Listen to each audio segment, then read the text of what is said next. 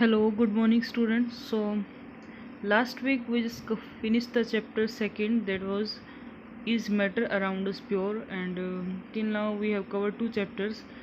First one was the matter in our surroundings, second was the is matter around us pure. So, these two chapters was related to our matter, three states of matter: solid, liquid, and gases, and also we studied about the solution. In solution we studied that three types of solution are there. Basically, the first one was the true solution, second was the colloidal, one more was there, that was suspension. So these was the things we studied in our two chapters. मतलब जो basics चीज़ थी वो हमने पढ़ा है matters के बारे में। सब कुछ मैटर में क्या होता है, मैटर की कितनी फॉर्म्स होती है, मैटर एग्जिस्ट किस फॉर्म में कर रहे हैं, एलिमेंट्स है, कंपाउंड्स हैं, इन सब के बारे में डिस्कस किया था। So this third chapter is your atoms and molecules, and this third chapter is going to very important for your 10th class basics also. So for 10th class and for your 9th class, for both the classes, these two chapters, chapter 3rd and chapter 4, are very important. So study it very carefully, read it very carefully from your book. So atoms and molecules, chapter name is atoms and molecule. सो जैसे हम matter पढ़ रहे थे, तो matter को अगर आप divide करते रहते हो और ज़्यादा, अगर आप उसे मैटर को डिवाइड करते रहोगे तो आपको जो लास्ट में जो सबसे स्मॉलेस्ट पार्टिकल मिलेंगे उसी को आप एटम्स बोलते हो। ठीक है, जैसे पहले इसे परमाणु का नाम दिया गया था, परमाणु बोला गया था। तो उसके बाद है जैसे जो भी मैटर को आप डिवाइड करते रहते हो, डिवाइड करने का मतलब आपके पास ये ब्लॉक है किसी मैटर का, जिसे आप डिवाइड करोगे, कोई भी मैटर है, तो इन द एंड आपको एक पार्टिकल मिलेगा छोटा सा, जिसे आप और ज़्यादा डिवाइड नहीं कर सकते। ठीक है, तो वो जो पार्टिकल है, सबसे छोटा पार्टिकल जिसे और ज़्यादा डिवाइड नहीं किया जा सकता, that smallest particle is called the atom. Okay, indivisible particle, indivisible का मतलब जिसे और ज़्यादा डिवाइड ना किया जा सके, इंडिविजिबल पार्टिकल।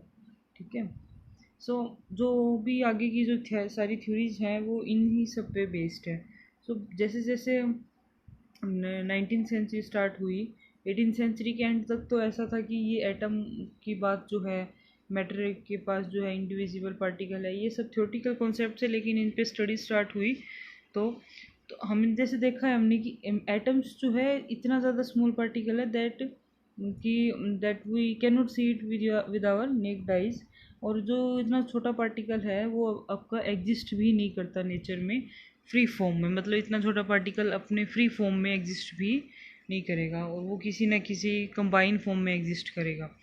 तो ऐसे हमारे एटम्स आपस में कंबाइन होकर के मॉलिक्यूल बनाते हैं, या कितने एटम कंबाइन होते हैं, कैसे कंपाउंड बन जाते हैं, तो ये सब आप इस चैप्टर में पढ़ोगे कि एटम्स का साइज़ कितना होता है, एटम के बारे में और कौन कौन सी बातें कौन कौन से साइंटिस्ट ने बोली, एटम दिखाई कैसा देता है।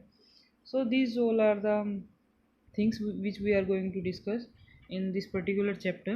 So the first thing is that the any reaction atoms are combining or not, मतलब अगर वो combine कर रहे हैं तो फिर वो किस फॉर्म में कर रहे हैं, combine क्यों कर रहे हैं, और कौन से लॉज को वो फॉलो कर रहे हैं combine होते हुए।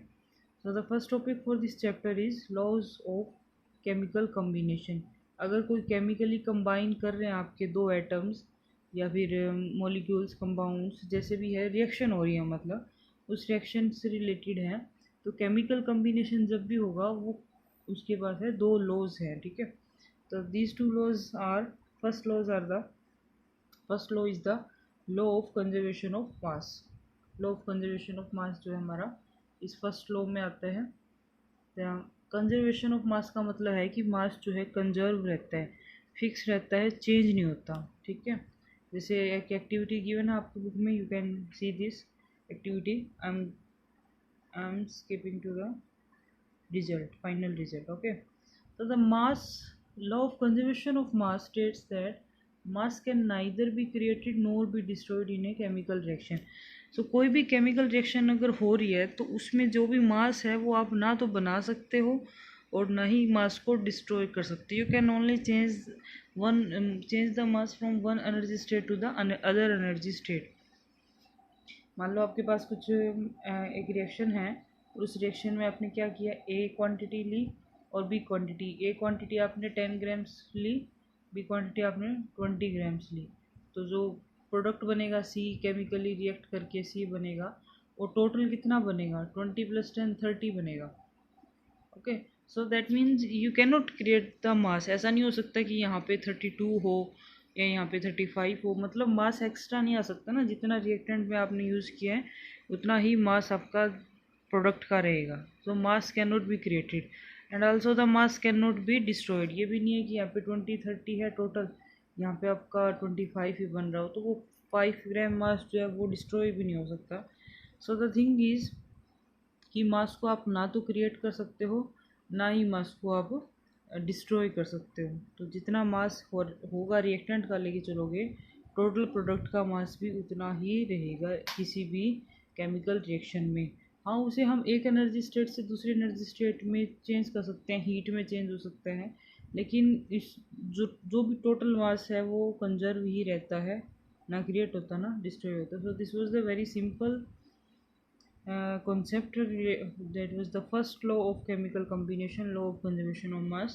Now the next law is the law of constant proportion. Law of constant proportion क्या कहता है, दिस लॉ स्टेट्स दैट, जैसे आपके पास कोई कंपाउंड बना, वाटर का फॉर्मूला आप लोगों को पता है, वाटर बता देते हैं, H2O। तो H2O आप चाहे कहीं से भी बना लो, ठीक है, H2O आप चाहे किसी कंट्री का ले लो, आपकी कहीं का भी पानी ले लो, तो उसका जो फॉर्मूला है पानी का, that remains fix. And what is that, H2O। H2 आपका चेंज नहीं हो सकता, मतलब वाटर के अंदर दो हाइड्रोजन के एटम रहने वाले हैं एंड एक ऑक्सीजन का एटम रहने वाला है। ऐसा नहीं होगा कि हाइड्रोजन आपके कभी ज़्यादा हो और ऑक्सीजन आपका कभी कम हो, कभी वाटर का फॉर्मूला ऐसा नहीं हो सकता, H3O4, ये कुछ नहीं हो सकता। कोई भी वाटर हो, कहीं से भी पानी लिया गया हो, the formula will always be the H2O। That means कि जो भी आपका कंपाउंड बनता है वो हमेशा एक फ़िक्स क्वांटिटी में, फ़िक्स रेशो में बनता है। That is here is the word proportion. Proportion का मतलब है कि रेशो जो है वो फिक्स रहेगा।